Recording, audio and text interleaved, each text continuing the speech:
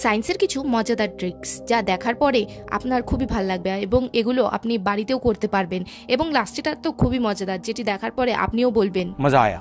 Number 1, এটির জন্য আপনাকে প্রথমে একটু লেবুর খোসা অথবা কমলা লেবুর খোসা নিয়ে নিতে হবে।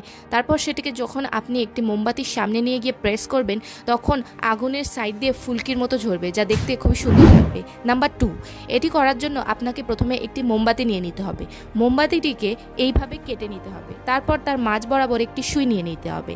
তারপরে এই সুইটি আপনার দুটো কাচের গ্লাস রেখে তার মধ্যে এইভাবে লাগিয়ে দিতে হবে এবং দুই সাইডে মোমবাতিটিকে জ্বালিয়ে দিতে হবে। তাহলে আপনি দেখতে পাবেন মোমবাতিটি দোলনার মতো ঝুলছে।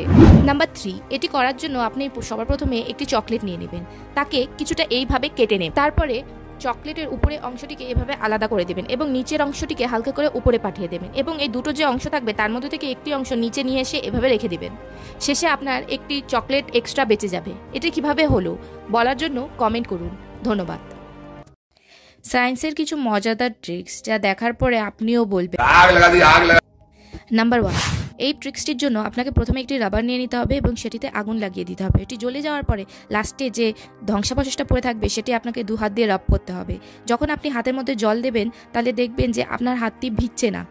এটি আপনি জামা কাপড়ের উপরেও করতে পারেন। নাম্বার 2, এই ট্রিকটি করার জন্য আপনাকে প্রথমে একটি বোলের মধ্যে 40 গ্রাম চিনির গুঁড়ো নিয়ে নিতে হবে এবং তার মধ্যে 10 গ্রাম সোডা মিশিয়ে দিতে হবে। তারপরে একটি পাত্রে একটু মাটি নিয়ে তার উপরে কেরোসিন তেল দিয়ে দিতে হবে এবং ওই মিশ্রণটিকে এর উপর ঢেলে দিয়ে আগুন জ্বালিয়ে দিতে হবে। তারপরে দেখবেন আমরা ছোটবেলায় যে দিওয়ালিতে যে সাপ বোম খেলতাম, যেটিকে আগুন ধরালে বাড়তে থাকতো সাপের মতো, ওই জিনিসটি উৎপন্ন হবে। নাম্বার 3, এটির জন্য আপনাকে প্রথমে একটি প্লাস্টিক শিট নিতে হবে, তারপরে তাকে 4 ভাবে কিছু এইভাবে কেটে নিতে হবে।